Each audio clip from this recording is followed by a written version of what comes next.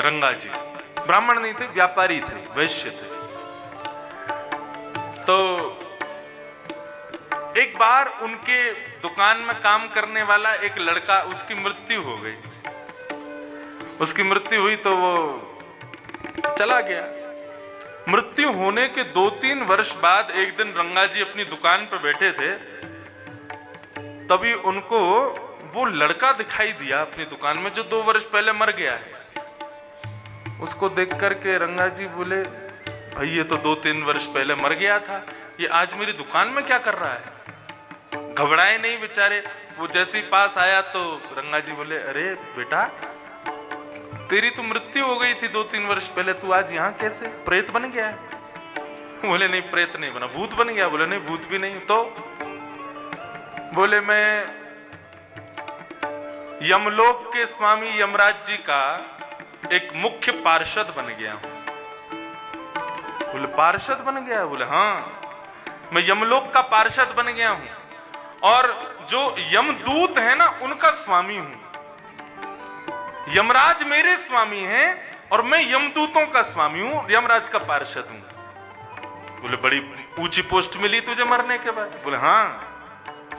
बोले ये ऐसे साधारण, ऐसे आसानी से नहीं मिलती। तो बोले व्यक्ति का जन्म हो, जन्म में खूब पाप करे, पाप करने के बाद मर जाए, मर के नरक चला जाए, नरक में अपने पापों को भोग के फिर जन्म ले, फिर पाप करे, फिर मरे, फिर नरक जाए। ऐसे करते करते जो 100 बार नरक जाता है ना, उसको पार्षद की उपाधि मिलती है।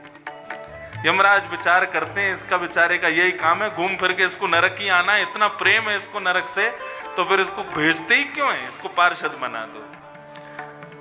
खूब उसका अनुभव भी बहुत हो जाता है, 100 बार नरक देखा उसने, तो पार्षद बना दिया। मैं पार्षद बन गया हूं। वाह बेटा, बहुत बढ़िया। क्या करने आए हो? बोले करने क्या आया हूं, ये आपके यहाँ, आपके घर से 3 घर छोड़ के एक घर है ना? बोले हाँ।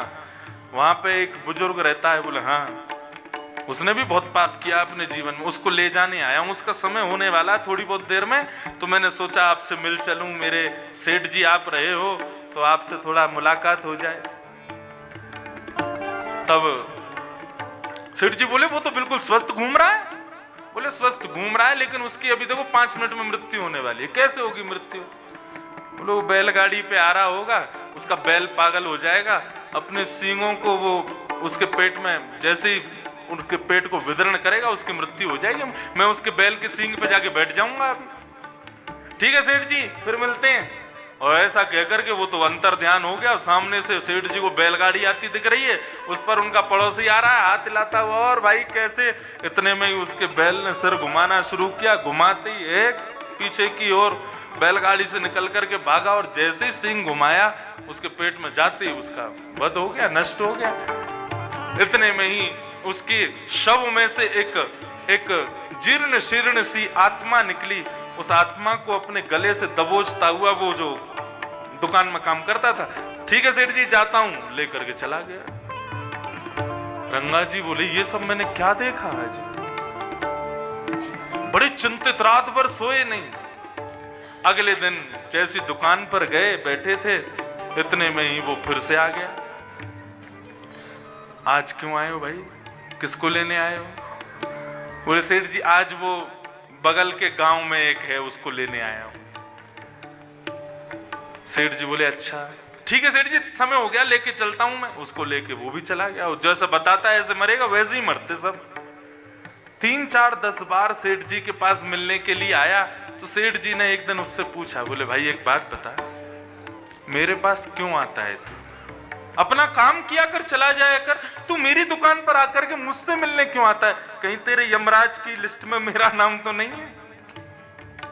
बोले नहीं सेठ जी, लिस्ट में किसका नाम है ये तो मुझे नहीं पता, लेकिन मैं आपके पास इसलिए आता हूं क्योंकि मैंने आपके यहाँ बहुत काम किया है। आपके अंदर सर्वगुण हैं, आप निष्ठा से कर्म करते हो, अनीति का पैसा नहीं कमाते, आपके पास आप बिल्कुल सदाचारी हो, सब कुछ है, लेकिन आप भजन नहीं करते।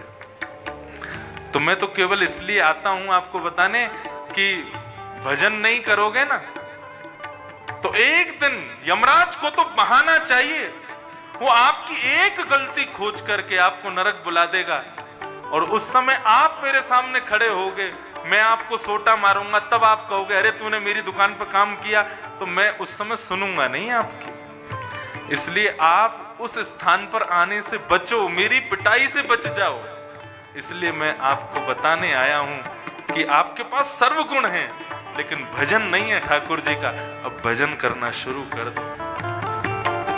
गंगा जी भजन करना शुरू कर देते हैं। बोले कि भगवान की कितनी बड़ी कृपा, मुझे उन्होंने संकेत दिलवा दिया कि भाई भजन भी शुरू कर दो, तो भजन करना शुरू किया। एक दिन उनका वो दुकान का लड़का एक दिन उनको फिर मिल गया।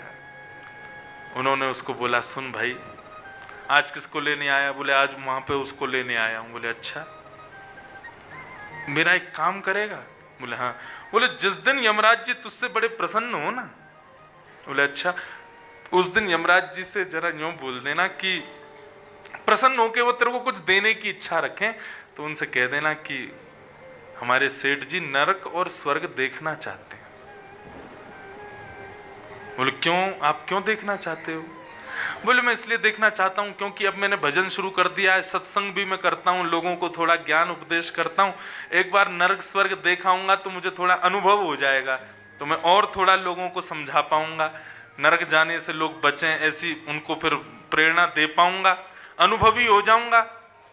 इसलिए जिस दिन तेरे स्वामी बड़े प्रसन्न हो ना, उस दिन उनसे ये वरदान मांग लियो कि मेरे सेठ जी को नरक स्वर्ग दिखा दो। बोले ठीक है। अब एक दिन यमराज बड़े प्रसन्न हुए, प्रसन्न होकर के उससे बोले भाई हम तुझसे बड़े प्रसन्न हैं, तेरी क्रिया, तेरा काम, तेरा सब कुछ इतना बढ़िया है कि हमें बड़ी खुशी है। बता हम तुझे क्या कुछ देना चाहते हैं, तेरी पोस्ट थोड़ी और बढ़ा दें।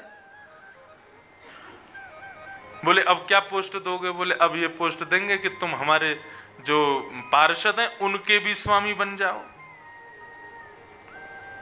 बोले भगवान ये पोस्ट तो मैं बाद में ले लूंगा, लेकिन आज मैं कुछ मांगना चाहता हूं आपसे। बोले क्या मांगना चाहते हो? बोले अपने पूर्व जन्म में मैं जिन सेठ जी के यहाँ पे काम करता, मैं उनसे बड़ा प्रभावित था, क्योंकि वो इंसान बहुत अच्छे थे, भजन वजन नहीं करते थे। तो एक दिन मैंने उनको संकेत कर दिया, प्रभु उनकी इच्छा है, वो जीते जी एक बार नरक और स्वर्ग देखना चाहते, आप कृपा करके आज्ञा दो कि मैं उनको लेके आऊं और नरक और स्वर्ग का दर्शन कराऊं। तो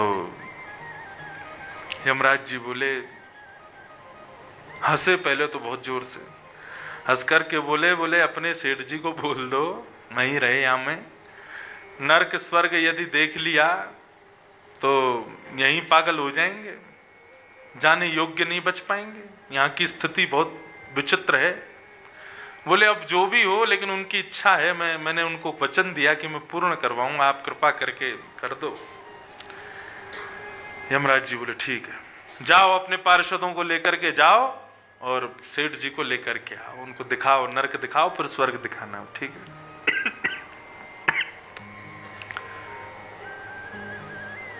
सेठ जी आए, सबसे पहले जैसे ही नरक में उन्होंने प्रवेश किया, नरक की स्थिति देख करके तो महाराज बार बार आंख बंद करें, देख ही नहीं जावे। क्यों?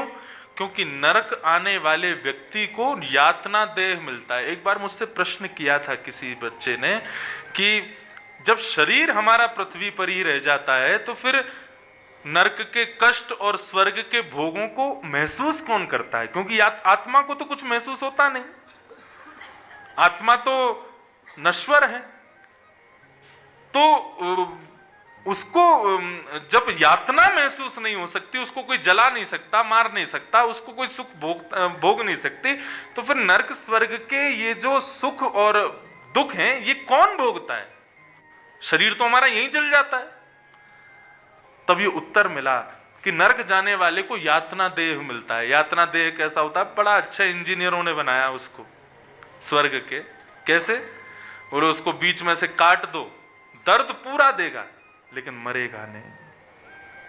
उसको उठा के पत्थर पर फेंक दो, हड्डियां टूट जाएंगी तुम्हारी, चलने लायक नहीं बचोगे, लेकिन मरोगे नहीं। खौलते हुए तेल में जिसका एक छींटा हमारे अंग पर पड़ जाता है तो हम मचल जाते हैं, उस खौलते हुए तेल में तुमको पूरा का पूरा डाल दिया जाएगा, पकोड़े जैसे फूल जाओगे लेकिन मरोगे नहीं। मतलब दर्द पूरा मिलेगा लेकिन मृत्यु नहीं मिलती। ये नरक है।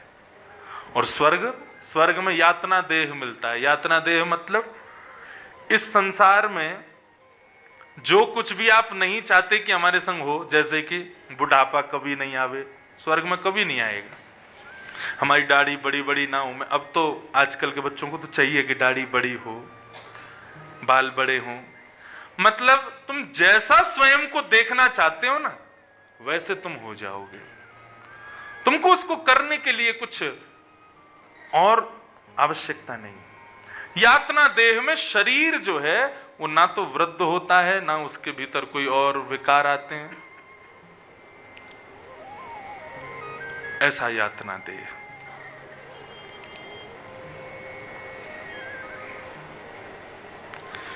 तो भोग देह और यातना देह, ये दो देह हैं। नरक में यातना देह मिलता है और स्वर्ग में भोग देह मिलता है। बहुत ध्यान से सुनो सब लोग। तो वो जैसे ही पहुंचे नरक में, नरक के उन्होंने जैसी यातनाओं को देखा, व्यक्ति ने कैसे कैसे कर्म किए हैं, उसके अनुसार उसको वैसे वैसे भोगने पड़ रहे थे। राम राम राम, वो सब देख करके सेठ जी का तो दिमाग खराब हो गया। सेठ जी बोले मुझको यहाँ से लेके चलो। इतने में यमराज प्रकट हो गए। बोले नहीं जा पाओगे। क्यों? बोले क्योंकि आपका भी एक कृत्य ऐसा है जिसकी वजह से आपको नरक में आना पड़ेगा, नरक में रुकना पड़ेगा। बोले मैंने ऐसा कुछ नहीं किया, मुझे पूरे जीवन का याद है, मैंने ऐसा कुछ भी नहीं किया है। बोले किया है। बोले क्या? बोले एक आपके गांव का चम्रकार है, चप्पल बनाता है, उससे आपने एक दिन अपनी चप्पल का कुछ करवाया था। बोले हाँ। उसने कितने रुपए बताए थे? बोले 5 रुपए। आपने दिए कितने? बोले 3 रुपए। 2 रुपए क्यों नहीं दिए? बोले मैंने कहा अरे तुम हमारे गांव के हो भाई, ये तो 3 रुपए का काम था, 5 क्यों ले रहे हो? तुमने 2 काटे उसके। हाँ, तो वही चम्रकार अभी 2 वर्ष पहले मर गया। बोले हाँ, वो यहीं पर यातनाएं भोग रहा है। उसको जिसने यातनाएं दी उनको भी यातना भोगने आना तो पड़ेगा। आपके 2 रुपए ने उसको बेचारे को पूरी रात नहीं सोने दिया था, तो उस यातना को आपको भोगना पड़ेगा। अब तो वो इतने घबरा गए, बोले कि अब क्या करें, वो कहाँ है चम्रकार, यहीं पे हमारा कुछ लेन देन करवा दो, 2 रुपया दे दूंगा मैं उसको। भारतीय मुद्राएं नहीं चलती नरक में, क्या करें फिर? तो यमराज ने उपाय बताया। बोले कि आप एक काम करो, 2 रुपए की जितनी चमड़ी होनी चाहिए उतनी अपनी चमड़ी दे दो उसको, तो तुम्हारा वो जो दोष है वो उतर जाएगा।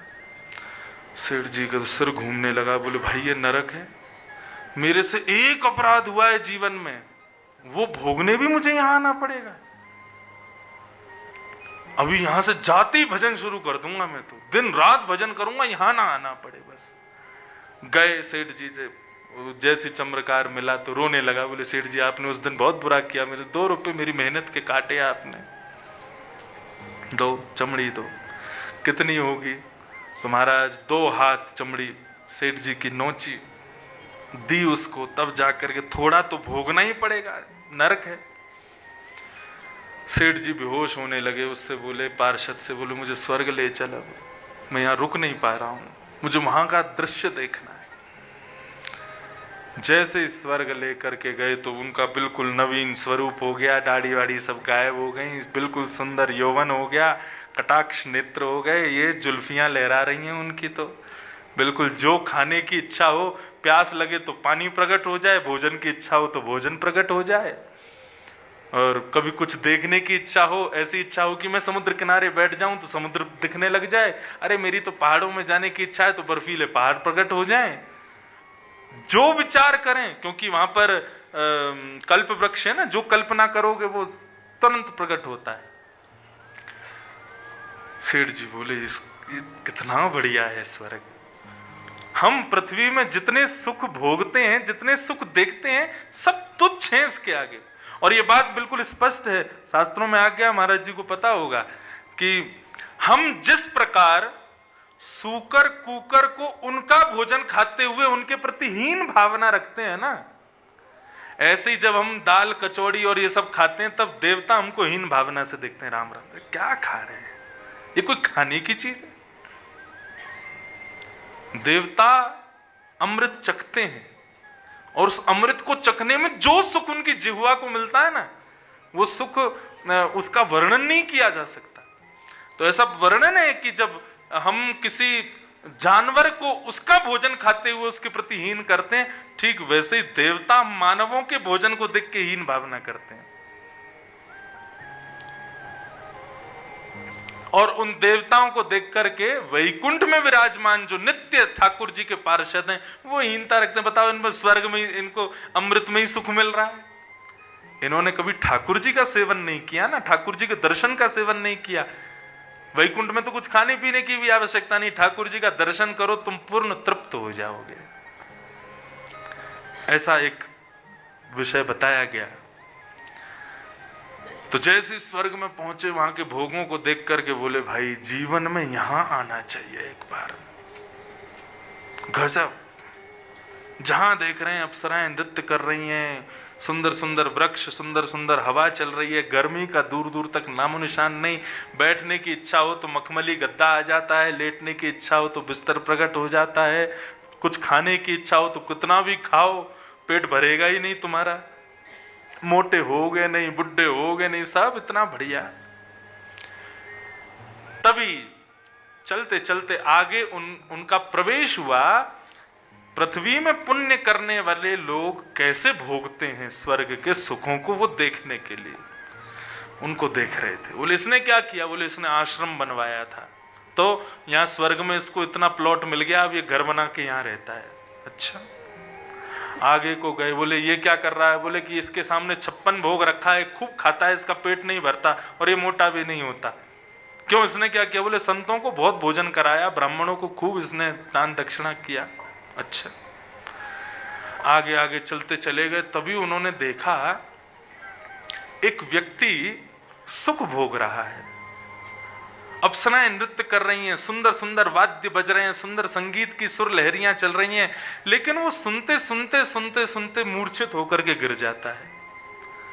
और मूर्छित जैसे ही होता है तो अप्सराएं आती हैं, फिर उस पर पानी का छिड़काव करती हैं, जैसे तैसे उसको होश में लाया जाता है। वो फिर से होश में आता है, होश में आकर के और फिर जो है अपनी फिर से वो क्रियाओं का दर्शन करता है, फिर से सुख भोगता है, लेकिन फिर से मूर्छित होकर गिर जाता है। सेठ जी बोले ये क्या हो रहा है? स्वर्ग में मूर्छा, मूर्छित अवस्था, ये कैसे संभव हो सकती है? तब उन्होंने बताया, बोले क्षीणे पुण्य मर्तलोकम विशंति। स्वर्ग क्या है? जितने पुण्य हैं उतना भोगोगे, लेकिन पुण्य क्षीण होते ही तुमको पृथ्वी में गिरना पड़ेगा। सेठ जी बोले तो क्या इसके पुण्य क्षीण हो रहे हैं जो ये बार बार मूर्छित हो? बोले इसके पुण्य क्षीण नहीं हो रहे, इसकी कर्मों से क्षीण नहीं हो रहे हैं। तो बोले अभी अभी इसके घर में एक व्यक्ति ने जन्म लिया है। बोले अच्छा। बोले वो बहुत बड़ा पापी है, जितने इसने पुण्य किए उतने ही वो पाप कर रहा है, वो इसका नाती है। बोले अच्छा। तो बोले वो जब जब पाप करता है तब तब इसका पुण्य खत्म हो जाता है, ये मूर्छित होकर गिर पड़ता है। बोले अब वो इतना पाप कर रहा है, इतना पाप कर रहा है कि उसका पाप का प्रभाव है कि इसके कुछ मिनटों में इसके सारे पुण्य नष्ट हो जाएंगे और ये पृथ्वी में चला जाएगा। और जैसे सेठ जी देखने लगे, देखते ही देखते वो व्यक्ति वहां अप्सराओं के मध्य से मूर्छित हुआ और मूर्छित होते ही सीधा पृथ्वी में उसका पतन हो गया। किसकी वजह से? उसके कुल में जन्म लेने वाले एक बालक के दुष्कर्मों की वजह से। सेठ जी बोले देख लिया मैंने, मैं समझ लिया, ना तो स्वर्ग उचित है ना नरक उचित है। नरक तो है ही नहीं, लेकिन स्वर्ग भी उचित नहीं है।